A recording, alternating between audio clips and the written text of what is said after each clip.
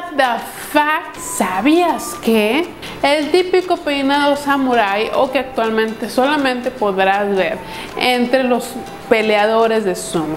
Este peinado se empezó a usar cuando los samuráis usaban casco. Entonces, para evitar que se les moviera el casco, se rapaban esta parte de su cabello, juntaban todo el cabello de aquí en una colita y se acomodaban quién sabe cómo el cabello para arriba. El caso es que este peinado se volvió una parte fundamental para la cultura japonesa. Como los samuráis eran personas muy respetadas, que tenían cierto nivel, que eran personas que aparte pues usaban espadas, sabían armas, obviamente los demás empezaron a copiar este estilo de peinado, a tal grado que a partir de los 13 años los niños, como una manera de decir que ya eran hombres, se rapaban esta parte del cabello y se peinaban como los samuráis.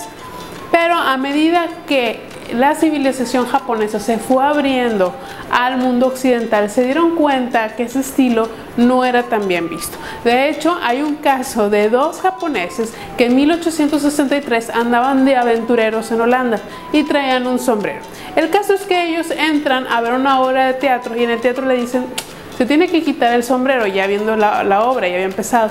Ellos se quitan el sombrero y todo el mundo se empezó a reír de su estilo de pelo, a tal grado que tuvieron que parar la obra y al día siguiente salieron los titulares de los periódicos. La moda entre los griegos de los penes minúsculos. No sé si han notado en las esculturas de los griegos, no la de los romanos, que tienen unos penes así súper pequeñitos y son hombres así fuertes. Y ¿cómo es posible? Tienen micropenes estos.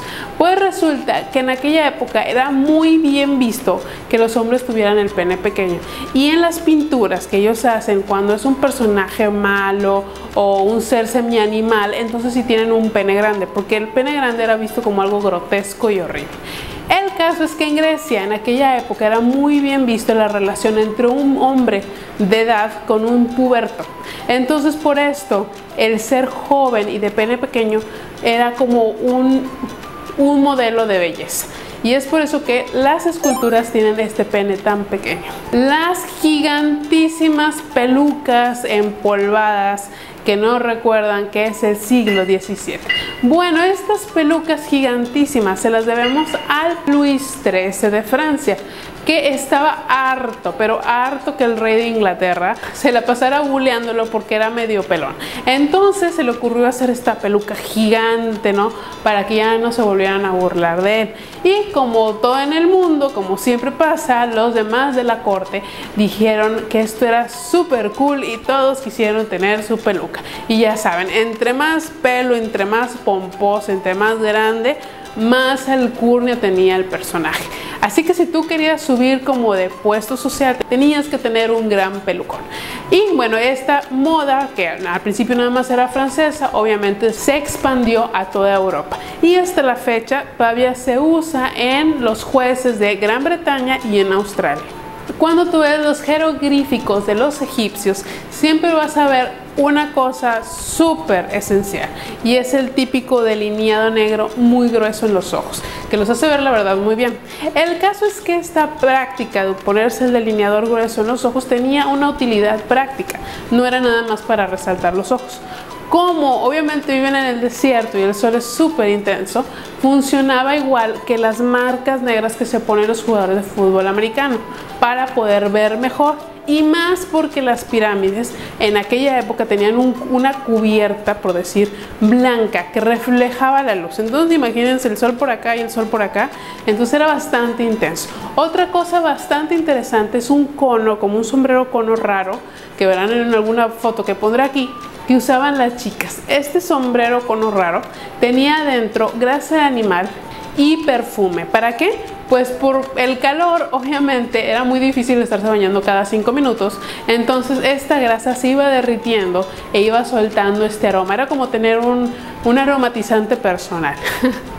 Las terroríficas máscaras de ave o como de cuervo del siglo XIV. Seguramente alguna vez habrás visto estas máscaras. Son bastante terroríficas, pero también bastante bonitas, la verdad. Y estas las inventaron por cuestiones médicas. En aquella época había la horrible peste bubónica. lo cual hacía que todo oliera terrible.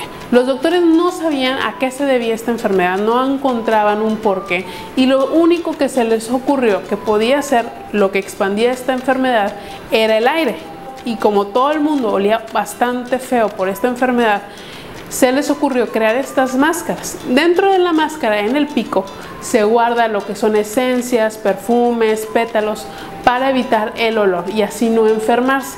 Las personas que usaban esta máscara eran los médicos y las personas que movían a los cuerpos de los muertos. Las mujeres pálidas y gorditas de la época del Renacimiento también son algo que la verdad es bastante curioso comparado con la época actual, que actualmente lo bonito es ser bronceado y bueno, ser delgado, aunque la verdad es que cada vez se abre más la mente y se va aceptando que el cuerpo es bonito como sea.